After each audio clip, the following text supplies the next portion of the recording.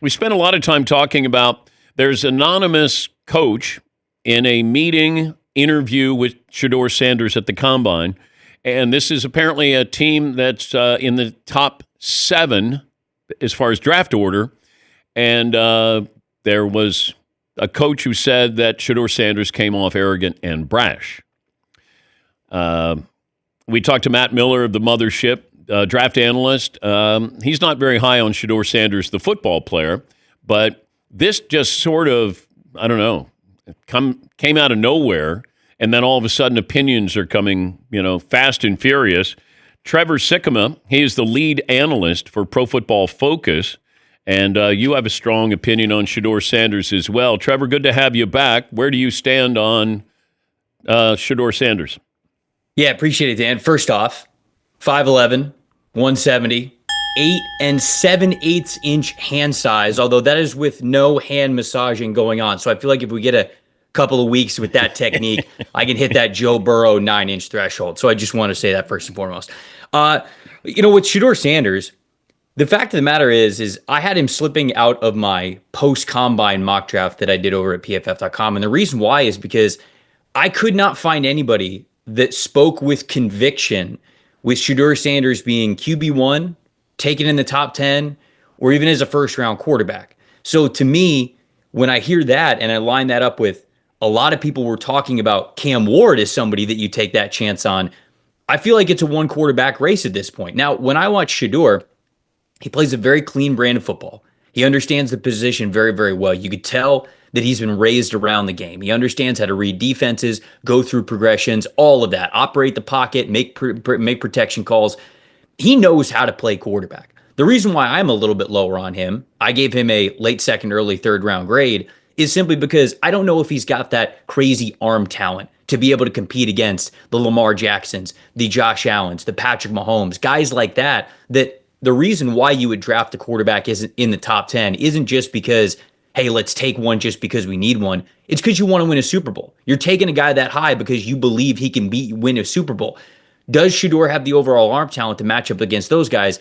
I don't think so. And I think as we are getting, more into draft season, and the combine's a really good barometer for this, you get sort of caught up on what the league might have been thinking about these players really all along. And I think that we talked about a 2 QB race because there's so many quarterback needy teams in the top 10, but it just feels like teams are much more gravitating towards Cam Ward worthy of a top selection and Shador maybe something more on day 2 or the late first round. But how much of this is the last name? That if this is just, Shador Smith and not Shador Sanders, does his draft status stock change at all in your mind? I would say that it would probably be the other way around. When you look at Shador, and I understand how well he played over the last couple of years and everything that he was able to do at Jackson State and then also at Colorado, I think, again, he plays a very clean brand of football. But does he have those NFL-level traits that you want as a franchise-caliber quarterback? Because he lacks the overall mobility. And again, I think that he's got a mid-tier NFL-level arm strength, but it's nothing that's really special. So I wonder if it's the opposite, DP. And I wonder if it's the fact that, hey, we've been talking about Shador in the top 10, in the top 5, because of sort of who he is and the notoriety that he has, instead of the other way around, like we're seeing now, where it's like, oh, well, does the NFL not like him, because of his last name? And some people call it baggage. I agree with Shador when he said at the Shrine Bowl, he's like, I didn't know that having a supportive parent was all of a sudden a bad thing. I totally agree with him when he says that. And so I think it's much more of maybe the notoriety and him being in the public eye and us saying like, hey, if you need a quarterback, he's a quarterback in this class. And now we're just sort of catching up to it. Feels like the NFL saying, maybe not quite in the top 10, maybe something a little bit further down the line. And he's going to get a lot of attention because he's Deion's son. And then there's Cam Ward, who appears to be by far and away the number 1 quarterback in the draft. Let's nitpick, because that's what we start to do this time of the year, Trevor. Nitpick Cam Ward.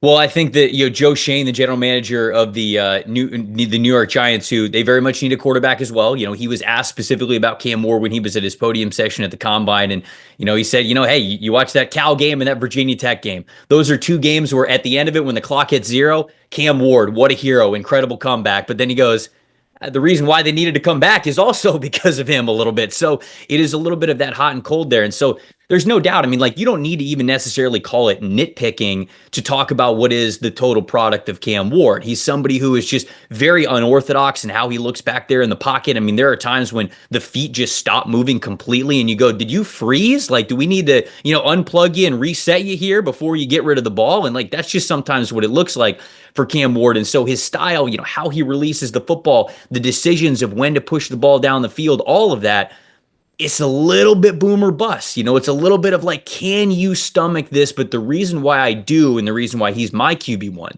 is because I firmly believe that in a game where the margins are so small, every quarterback in the NFL has about 2 to 4 throws that they have to make every single week to win in this league. Cam not only, in my opinion, has the arm talent to do so, but he has the mentality to do so. He will willingly attack those throws and take those chances. So it's a lot of that. Hey, there's a lot of good, a lot of bad. You want to try to raise the floor with them. But yeah, I mean, we don't even necessarily have to call it nitpicking. This is sort of a risky quarterback class here, including with Ward.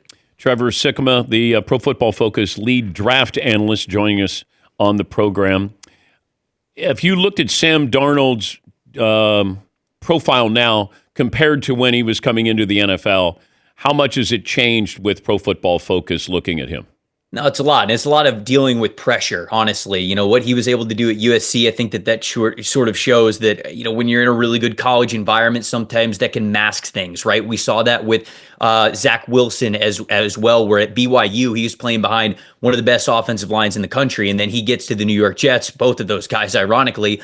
And it's just a different story. You're playing with a lot of pressure. There's the phrase that everybody likes to, continue to bring up with Sam Darnold, where he felt like he was seeing ghosts. And it took him a while to get to this point where he's now confident enough to not see ghosts anymore, to really be able to play under pressure the way that he needs to. Now, I know those last 2 games of the season sort of brought back some of those doubts from him, but at PFF, it was really that passing grade under pressure that was such a sticking point with him when he was with the Jets, and how different it was under Kevin O'Connell and in that system. Now, did O'Connell do a nice job of making it maybe easier for him? Of course, but that manifests itself in confidence, and that's the most important thing for every player making the jump from college to the NFL. When can you expect that confidence? And I think that's a big part of when teams do these player interviews and when they get these guys in for these private workouts.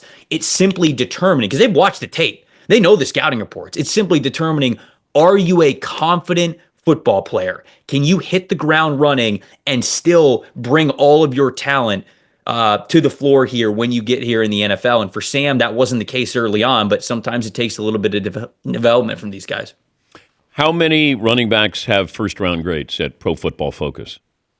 So I would say 2 of them have first-round grades in Ashton Jeanty and Omari and Hampton. But I could see after the combine that Quinshon Judkins had from Ohio State, I think he is in that category. Caleb Johnson, I know a lot of people love him from Iowa. I think that he is in that category.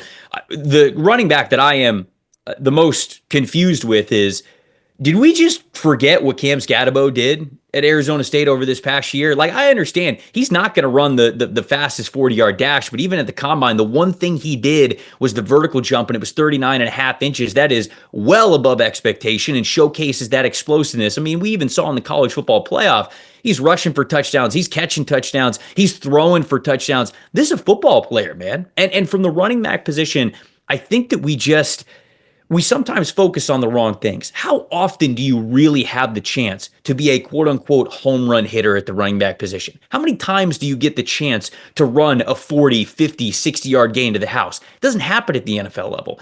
Give me the guys that will turn a 3-yard carry into a 4.5-yard carry on a regular basis with that yards after contact and that style. So I don't think that Cam Scatabo is going to go in round 1, but that's another player that we're going to get a lot of these running backs that go on the fringe or early parts of round 2. I mentioned Caleb Johnson, Scatabo. I think that Travion Henderson is in there as well. A couple of guys who had good combines, and DJ Giddens and RJ Harvey might get there in the back of the second round. So I would tell you, we're getting at least 2. I think at least Ashton Jeanty and Omari and Hampton are getting in the first round, but could very well have that third if it's Quinshon Judkins. Great to talk to you as always, Trevor. Thanks for joining us.